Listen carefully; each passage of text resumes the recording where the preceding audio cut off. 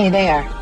Subscribe to my channel and also press this bell icon so you can get latest video notifications.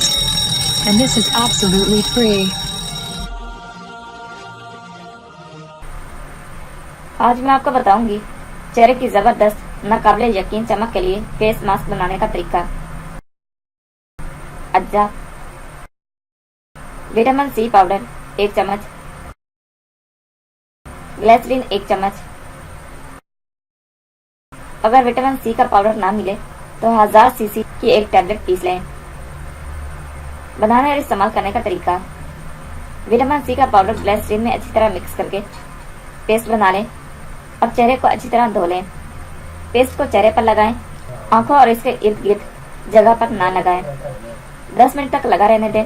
फिर नीम गर्म पानी से चेहरे को धोकर साफ कर लें और फिर चेहरे को ठंडे पानी से धो लें। हफ्ते में 2 बार इस्तेमाल करें। पहली बार के इस्तेमाल से ही रिजल्ट देखकर आप हैरान रह जाएंगे।